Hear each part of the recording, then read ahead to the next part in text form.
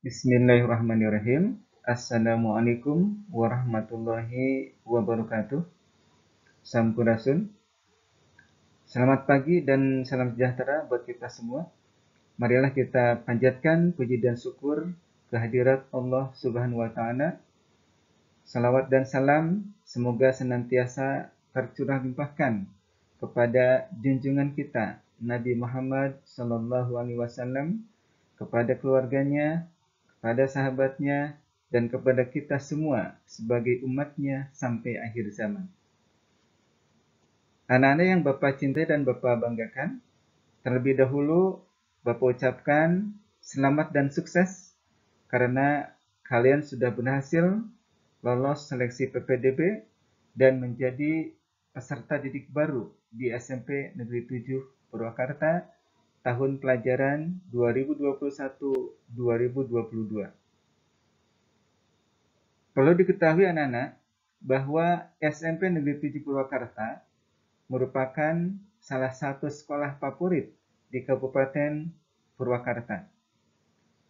Bapak yakin kalian adalah siswa-siswa terbaik dan berprestasi. Sekali lagi, selamat bergabung di SMP Negeri 7 Purwakarta. Anak-anak, pada kesempatan ini Bapak akan menyampaikan salah satu materi MPLS. Namun sebelumnya Bapak perkenalkan diri. Nama Bapak Retik Sohendar. Saat ini Bapak mengajar mata pelajaran prakarya di kelas 9 dan mendapat amanah tugas tambahan sebagai wakil kepala sekolah bidang kurikulum. Baiklah anak-anak, mari kita simak materi yang akan Bapak sampaikan, yaitu pengenalan visi, misi, dan kurikulum SMP Negeri 7 Purwakarta. Apa sih pengertian visi dan misi? Visi merupakan serangkaian kata yang menunjukkan impian, cita-cita, atau nilai inti sebuah keinginan sekelompok orang atau secara pribadi dengan pandangan yang jauh ke masa depan demi mencapai sebuah tujuan yang diinginkan. Misi adalah suatu pernyataan tentang apa yang harus dikerjakan dalam usaha mewujudkan suatu visi yang telah dibuat. Lantas apa sih visi dan misi SMP Negeri 7 Purwakarta? Visi SMP Negeri 7 Purwakarta adalah terwujudnya peserta didik yang berakhlak mulia, sehat, cerdas, terampil, dan peduli lingkungan dengan berlandaskan keimanan dan ketakwaan. Sementara misi SMP Negeri 7 Purwakarta adalah pertama, meningkatkan keimanan dan ketakwaan kepada Tuhan Yang Maha Esa melalui program kegiatan keagamaan. 2. Meningkatkan sikap disiplin dan bertanggung jawab serta menghayati dan mengamalkan Pancasila. 3. Meningkatkan prestasi peserta didik dalam bidang akademik dan non-akademik. 4. Meningkatkan pola hidup bersih dan sehat. 5. Meningkatkan kegiatan atau pelatihan olahraga dan kesenian. 6. Meningkatkan kegiatan keterampilan dan penguasaan teknologi informasi. 7. Mewujudkan karakter warga sekolah yang peduli terhadap kelestarian lingkungan.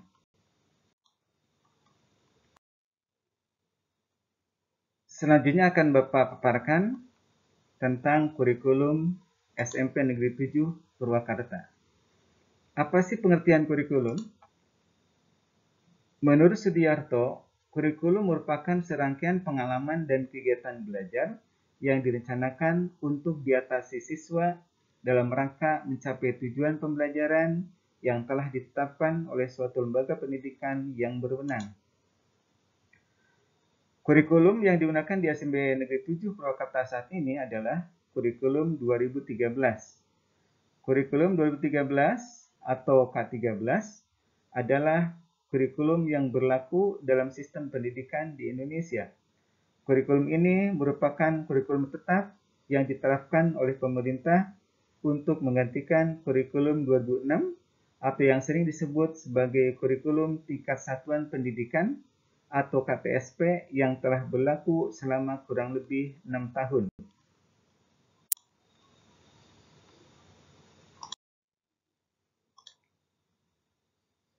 Struktur kurikulum di SMP Negeri di Purwakarta adalah sebagaimana terlihat di tabel.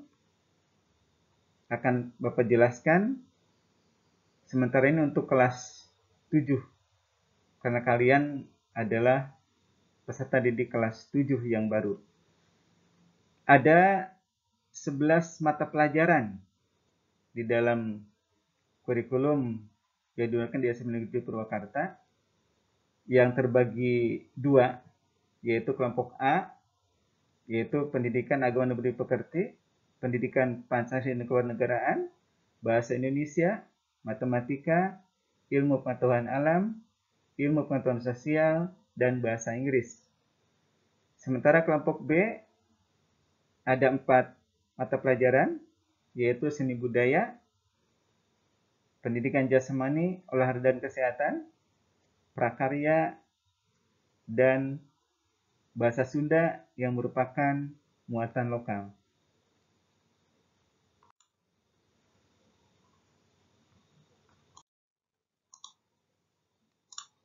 Nah, beban belajar yang akan kalian jalankan. Pertama, jumlah hari belajar per minggu adalah 5 hari, yaitu dari hari Senin sampai dengan hari Jumat. Jumlah jam pelajaran per minggu adalah 40 jam pelajaran, dan jumlah jam pelajaran per hari adalah antara 4 sampai 10 jam pelajaran. Sementara alokasi waktu per jam pelajaran adalah 40 menit.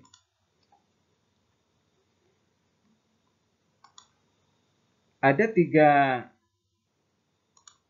komponen beban belajar. Yang pertama adalah kegiatan tatap muka, yaitu kegiatan pembelajaran yang berupa proses interaksi antara peserta didik dengan pendidik. 2. Penugasan terstruktur, yaitu tugas yang diberikan kepada peserta didik berupa pendalaman materi pembelajaran yang dirancang oleh guru untuk mencapai kompetensi dasar tertentu di mana waktu penyelesaian tugas ditentukan oleh guru. Ketiga, kegiatan mandiri tidak terstruktur, yaitu tugas yang diberikan kepada peserta didik dalam bentuk pendalaman materi oleh peserta didik yang dirancang guru untuk mencapai kompetensi dasar tertentu yang waktu penyelesaiannya ditentukan oleh peserta didik sendiri.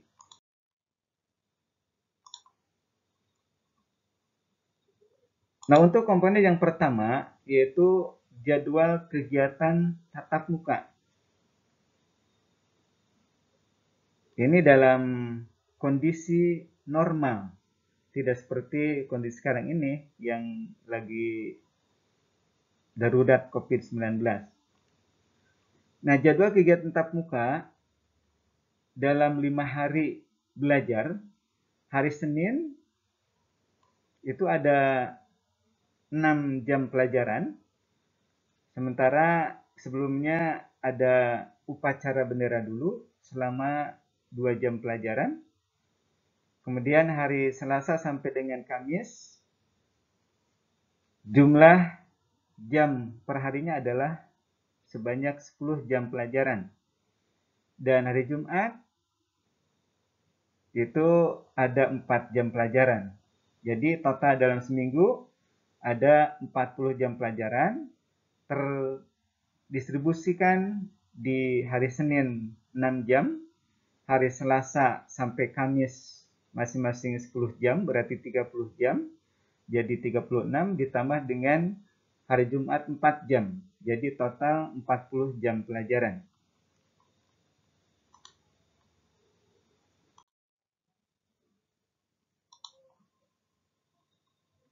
Nah, untuk penilaian pembelajaran, ada penilaian proses dan penilaian hasil. Ada 3 kompetensi penilaian, yaitu penilaian sikap, penilaian pengetahuan, dan penilaian keterampilan, yang masing-masing mempunyai teknik tersendiri. Di antaranya kalau untuk sikap, yaitu dengan teknik observasi, baik langsung maupun tidak langsung, penilaian diri oleh siswa sendiri, penilaian teman sejawat, dan jurnal. Untuk penilaian pengetahuan, ada 3 teknik, yaitu tes tertulis, tes lisan, dan penugasan. Sementara untuk penilaian keterampilan, ada 3 teknik juga, yaitu tes praktik, proyek, dan portofolio. Untuk kegiatan pengembangan diri di SMP 7 Purwakarta dilakukan antara lain melalui pertama, kegiatan pelayanan konseling yang berkenaan dengan masalah pribadi, sosial, masalah belajar, dan pengembangan karir peserta didik. Kedua, kegiatan ekstrakurikuler seperti pramuka, paskibra, PMR, PKS, kerohanian, kelompok seni dan budaya, tim olahraga, dan lain-lain. Dalam hal pencapaian hasil belajar, ada batasan tentunya yang disebut kriteria ketuntasan minimal atau KKM. KKM adalah batasan minimal pencapaian kompetensi pada setiap aspek penilaian mata pelajaran yang harus dikuasai oleh peserta didik. KKM ditentukan melalui 4 hal, yaitu karakteristik siswa atau indeks siswa, karakteristik mata pelajaran atau kompleksitas, kondisi satuan pendidikan atau daya dukung, dan analisis hasil penilaian. Sebagaimana bisa dilihat pada tabel di bawahnya, bahwa setiap mata pelajaran pada setiap tingkat dan setiap semester itu ada perbedaan dalam hal kriteria ketuntasan minimal. Contoh, pada pendidikan agama dan budi pekerti, untuk kelas 7, semester 1, KKM-nya adalah 75. Semester 2, 75. Kemudian kelas 8, semester 1 dan 2 adalah 78. Dan kelas 9-nya adalah 80 untuk kedua semester. Yang lain juga ada perbedaan di dalam hal KKM. Nah, anak-anak, apabila kalian telah melaksanakan kegiatan belajar mengajar selama 1 tahun atau 2 semester, untuk kenaikan kelas ke jenjang berikutnya, itu ada kriteria. Yang pertama, menyelesaikan seluruh program pembelajaran dalam 2 semester pada tahun pelajaran yang diikuti. 2, mengikuti PAT atau penilaian akhir tahun seluruh mata pelajaran. 3, tidak memiliki lebih dari 2 mata pelajaran dalam 2 semester yang masing-masing nilai kompetensi pengetahuan dan atau kompetensi keterampilannya di bawah KKM. 4, deskripsi sikap atau nilai perilaku sekurang-kurangnya baik. Dan kelima, kehadiran dalam KBM minimal 85% atau ketidakhadiran maksimum 15% dari hari efektif.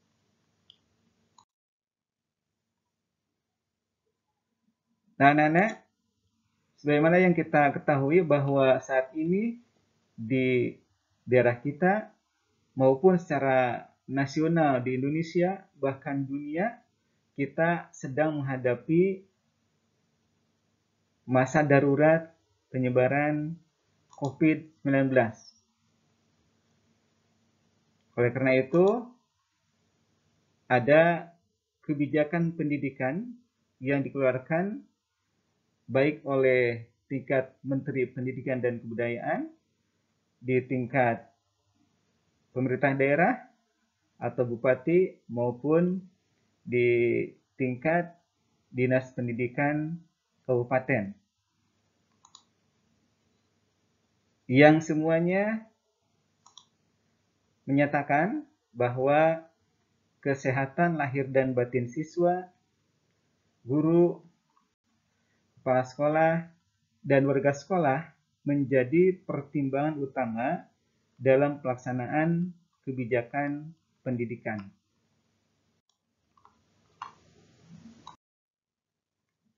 Nah, karena sampai saat ini penyebaran COVID-19 masih ada, maka pada tahun pelajaran 2021-2022, sekolah kita pun akan melaksanakan pembelajaran secara daring atau PJJ, pembelajaran jarak jauh atau BDR, belajar dari rumah. Dengan jadwal adalah seperti tabel di bawah. Jadi setiap hari kalian akan menerima materi pelajaran untuk 2 mata pelajaran setiap harinya. Kecuali di hari Kamis itu ada 3 mata pelajaran karena kita mempunyai 11 mata pelajaran dibagi 5 hari, yang masing-masing 2 mata pelajaran, kecuali ada di salah satu hari 3 mata pelajaran. Dalam hal ini, pada hari Kamis, kalian akan melaksanakan pembelajaran daring dengan 3 mata pelajaran. Nah, sebagai contoh, untuk kelas 7, nanti setelah selesai melaksanakan MPLS dan mulai pembelajaran, maka sesuai dengan jadwal pelajaran daring ini. Misalnya hari Senin dari jam 7 sampai jam 9 pagi selama 2 jam adalah pelajaran matematika. Kemudian istirahat selama 30 menit, dilanjutkan dengan mata pelajaran kedua yaitu PPKN dari jam 9.30 sampai jam 11.00. Hari Selasa pun sama, dengan waktu yang sama, 2 mata pelajaran, Bahasa Indonesia dan SBK atau Seni Budaya. Hari Rabu, 2 mata pelajaran juga, yaitu IPA dan PAI. Hari Kamis, nah ini 3 mata pelajaran, yaitu IPS, Bahasa Sunda, dan PJOK. Dan hari Jumat adalah 2 mata pelajaran, yaitu Bahasa Inggris dan Prakarya.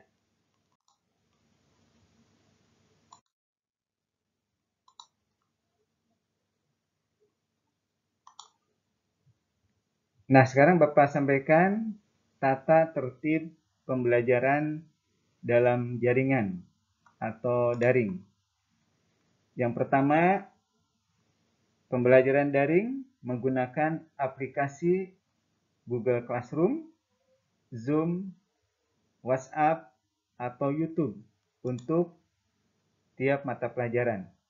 Kedua, peserta didik atau siswa harus sudah mempersiapkan diri dan memastikan jaringan internet berjalan dengan baik 10 menit sebelum pelajaran dimulai. 3. Peserta didik memakai pakaian seragam sekolah sesuai ketentuan yang telah ditetapkan. 4. Berdoa sebelum melakukan kegiatan pembelajaran. Kelima, jika peserta didik sakit atau ada keperluan darurat, diharuskan izin kepada wali kelas atau guru mata pelajaran via WA Japri. 6. Selama jadwal pelajaran berlangsung, peserta didik harus berada di rumah. 7. Selama pembelajaran berlangsung, peserta didik dilarang bermain game atau membuka aplikasi lain kecuali aplikasi pembelajaran yang ditentukan. 8.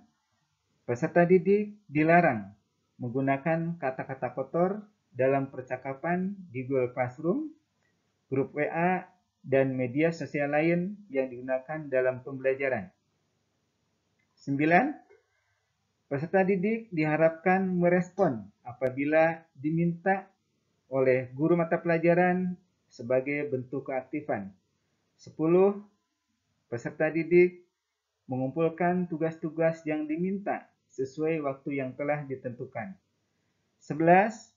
Jika terdapat kesulitan dalam hal pemahaman materi, peserta didik bisa langsung berkomunikasi dengan Bapak atau Ibu guru yang mengajar mata pelajaran yang bersangkutan di luar jam pelajaran. Itu saja materi yang Bapak sampaikan, anak-anak. Mudah-mudahan kalian dapat memahaminya. Barangkali ada kekurangan, mohon maaf. Terima kasih. Assalamualaikum warahmatullahi wabarakatuh.